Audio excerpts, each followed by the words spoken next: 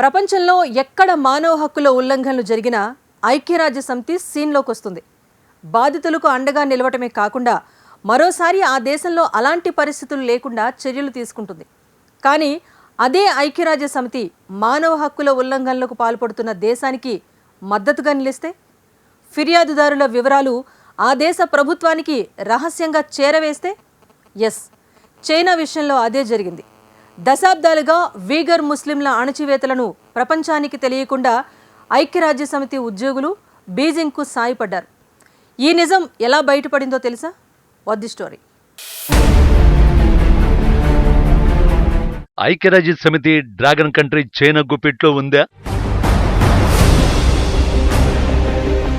China వ్యతిరేక రిపోర్టులు రాకుండా అడ్డుకుంది ఎవరు?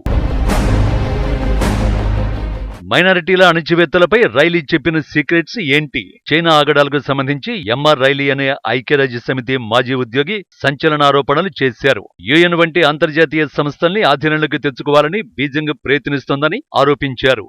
అంతర్జాతీయ ప్రమాణాలు, నిబంధనలను తనకు అనుకూలంగా మార్చుకోవాలని చూస్తోందని తెలిపారు. చైనాకు వ్యతిరేకంగా రిపోర్టులు రాయకుండా ఐక్యరాజ్యసమితి సీనియర్ అధికారులను ఒత్తిడి చేస్తోన్నట్టు యూకే ఫారిన్ అఫైర్స్ కమిటీకి సమర్పించిన నివేదికలు తెలిపారు.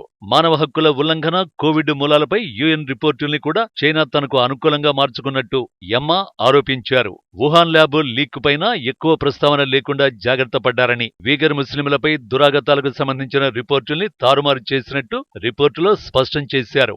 మానవ హక్కుల ఉల్లంఘనలపై ఐక్యరాజ్యసమితిని ఆశ్రయించిన వారి వివరాలను కొందరు సిబ్బంది రహస్యంగా చైనాకు చేరవేస్తున్నట్టు సంచలన ఆరోపణలు చేశారు.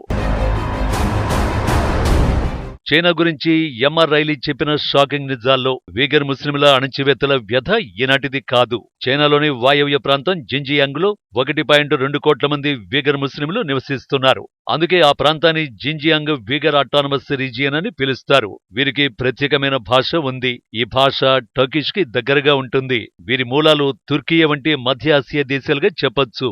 అయితే కొన్నేళ్లుగా హాన్ చైనీస్ వర్గం జిన్జియాంగ్ ప్రాంతానికి ఎక్కువగా వలస రావడం వల్ల వీగర్ల సంస్కృతి, వారి జీవనోపాధి ప్రమాదంలో పడ్డాయి. జిన్జియాంగ్ కూడా టిబెట్ లాగానే ఓ స్వతంత్ర ప్రాంతం. సహజంగా అయితే వారికి సొంత ప్రభుత్వం ఉండాలి. కానీ ఈ ప్రాంతంపై చైనా ప్రభుత్వ నియంత్రణే నడుస్తుంది. ఇది ఎడారి ప్రాంతం. అయితే ఇక్కడ పత్తి ఎక్కువగా పండుతుంది. ప్రపంచంలో పత్తి ఎక్కువగా ఉత్పత్తి చేసే ప్రాంతాల్లో ఇది 5వ స్థానంలో నిలుస్తుంది. క్రూడ్ ఆయిల్, గ్యాస్ వంటి సహజ నిక్షేపాలు కూడా ఇక్కడ ఎక్కువే. దీంతో 1949 తర్వాత చైనా ప్రభుత్వం దీన్ని పూర్తిగా తన ఆధీనంలోకి తీసుకుంది. అప్పటినుంచే వీగర్ల అణచివేత మొదలైంది. వీగర్ల జనాభా తగ్గించేందుకు, ఆ తెగను పూర్తిగా అంతరించిపోయేలా చేసేందుకు చైనా వారిపై కుట్రపూరిత చర్యల్ని కొనసాగిస్తోందని ఎప్పటినుంచో అమెరికా ఆరోపిస్తోంది. వీగర్లను చదివించి వారిని తీవ్రవాదం వైపు ఆకర్షితులవ్వకుండా చేస్తున్నామని, చైనా క్యాంపులు నిర్వహిస్తోన్న ఆ క్యాంపుల్లో జరిగేది వేరని ప్రపంచ దేశాలు ఆరోపిస్తున్నాయి. బలవంతంగా వీగర్ మహిళలందరికీ పిల్లలు పుట్టకుండా ఆపరేషన్లు చేస్తూ వారి జనాభాను తగ్గించే ప్రయత్నం చేస్తోంది చైనా. 2018లో జిన్జియాంగ్ ప్రాంతాన్ని సందర్శించిన ఐక్యరాజ్యసమితి మానవ హక్కుల సంఘం కూడా తీవ్రవాద వ్యతిరేక క్యాంపుల్లో 10 లక్షలకు పైగా వీగర్లు ఉంటోన్నట్టు తెలిపింది. అయితే 2020లో ఆస్ట్రేలియన్ స్ట్రాటజిక్ పాలసీ ఇన్స్టిట్యూట్ చైనాకు వెళ్లి అంతకు 40% ఎక్కువ మంది అక్కడ ఉంటున్నట్టు వెల్లడించింది. ఈ ప్రాంతాలు జైళ్ల కంటే అధ్వానంగా ఉంటున్నాయని, ఇక్కడ చిన్న తప్పు చేసినా పెద్ద శిక్షలు విధిస్తున్నారని ఇక్కడి నుంచి పారిపోయిన వారు వెల్లడిస్తున్నారు. నిర్బంధ క్యాంపుల్లో శారీరక, మానసిక, లైంగిక హింస జరుగుతోందని చాలా మంది తమ అనుభవాలు వెల్లడించారు. సామూహిక అత్యాచారాలు వంటివి అక్కడ సహజమని అక్కడి నుంచి తప్పించుకున్న మహిళల అనుభవాల ద్వారా తెలుసుకోవచ్చు. మరోవైపు ఇన్ని ఆరోపణలు వస్తున్నా చైనా మాత్రం వీటిని ఒప్పుకోవట్లేదు. తీవ్రవాదాన్ని అణచివేయడానికి వారికి చదువు చెప్పిస్తున్నామని వెల్లడిస్తోంది. తమకు స్వతంత్ర రాష్ట్రం కావాలంటూ ఈ వీగర్ ముస్లింలంతా హింసాత్మక చర్యలకు పాల్పడుతున్నారని, బాంబులు వేయడం, ప్రజల్లో అశాంతి కోసం విధ్వంసం చేయడం వంటివి చేస్తున్నారని, వారికి మాత్రమే శిక్షలు విధిస్తున్నామని వెల్లడిస్తోంది. కుటుంబ నియంత్రణ ఆపరేషన్ల గురించి వస్తున్న ఆరోపణలన్నీ అవాస్తవాలే అంటోంది చైనా. 3 సంవత్సరాల క్రితం వీగర్ ముస్లింలపై బీబీసీ వార్తా సంస్థ కథనాలు ప్రచురించగానే ఆ సంస్థను తమ దేశంలో బ్యాన్ చేసింది చైనా. ఈ క్యాంపుల్లో మానవ హక్కుల ఉల్లంఘన జరుగుతోందన్న ఆరోపణల్ని కూడా చైనా ఖండించింది. అసలు తమ దేశంలో మైనారిటీల అణచివేతలే జరగడం లేదని అడ్డగోలుగా వాదిస్తూ వస్తోంది. ఇప్పుడు ఐక్యరాజ్యసమితి మాజీ ఉద్యోగి ఎంఆర్ రైలీనే వీగర్ల అణచివేతల్ని తెరపైకి తేవడంతో పాటు ఏకంగా ఐక్యరాజ్యసమితినే చైనా తన గుప్పిట్లో పెట్టుకునే ప్రయత్నం చేస్తోందని ఆరోపించడం సంచలనంగా మారింది.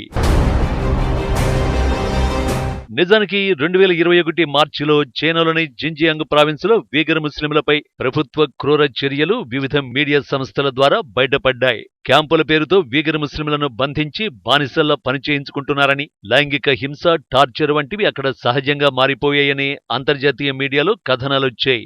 ఈ నేపథ్యంలో చాలా దేశాలు చైనాపై, ఆ దేశ అధికారులపై ఆంక్షలు విధించాయి. ఈ ఆంక్షల్లో ట్రావెల్ బ్యాన్, ఆస్తుల జప్తు, మానవ హక్కుల ఉల్లంఘనకు కారణమయ్యారన్న ఆరోపణలున్న సీనియర్ అధికారుల్ని టార్గెట్ చేయడం వంటివి అన్నీ ఉన్నాయి. జిన్జియాంగ్ ప్రావిన్సులో ముస్లింలపై దాడి ప్రపంచంలోనే అత్యంత హీనమైన మానవ హక్కుల ఉల్లంఘన అంటూ యూకే వెల్లడించింది. 1989 నుంచి యూరోపియన్ యూనియన్ చైనాపై కొత్త ఆంక్షలు విధించలేదు. కానీ ఎప్పుడైతే ఆ వీడియోలు బయటకొచ్చాయో అప్పుడే America, European union, Canada, UK వంటి దేశాలన్నీ కలిసి చైనాపై ఆంక్షలు విధించాయి. ఈ మొత్తం వ్యవహారంలో ఆందోళన కలిగిస్తున్న అంశం మైనారిటీల అణచివేతల్ని అంతం చేయాల్సిన ఐక్యరాజ్యసమితి బీజింగ్కు పరోక్షంగా మద్దతునివ్వడం. పైగా మానవ హక్కుల ఉల్లంఘనలపై ఐక్యరాజ్యసమితిని ఆశ్రయించిన వారి వివరాలను కొందరు సిబ్బంది రహస్యంగా చైనాకు చేరవేశారన్న ఎమ్మా ఆరోపణలు మరింత కలవరపెడుతున్నాయి. ఈ పరిణామాలు చూస్తుంటే ఐక్యరాజ్యసమితి ఇప్పటికే చైనా సొంత సంస్థగా మారిందా అనే అనుమానాలు కలుగుతున్నాయి. నిజానికి ఆ సంస్థలో సంస్కరణల అవసరం ఏంటో భారత్ పదే పదే చెబుతూనే ఉంది. అయినప్పటికీ వీటో పవర్తో చైనా ఆ సంస్కరణలను అడ్డుకుంటోంది. ఇప్పటికైనా ప్రపంచ దేశాలు అప్రమత్తం కాకపోతే ఐక్యరాజ్యసమితి డ్రాగన్ ఆగడాలకు అడ్డాగా మారే ప్రమాదం లేకపోలేదు. అప్పటి వరకు వీగర్ల అణచివేతలు కొనసాగుతూనే ఉంటాయి.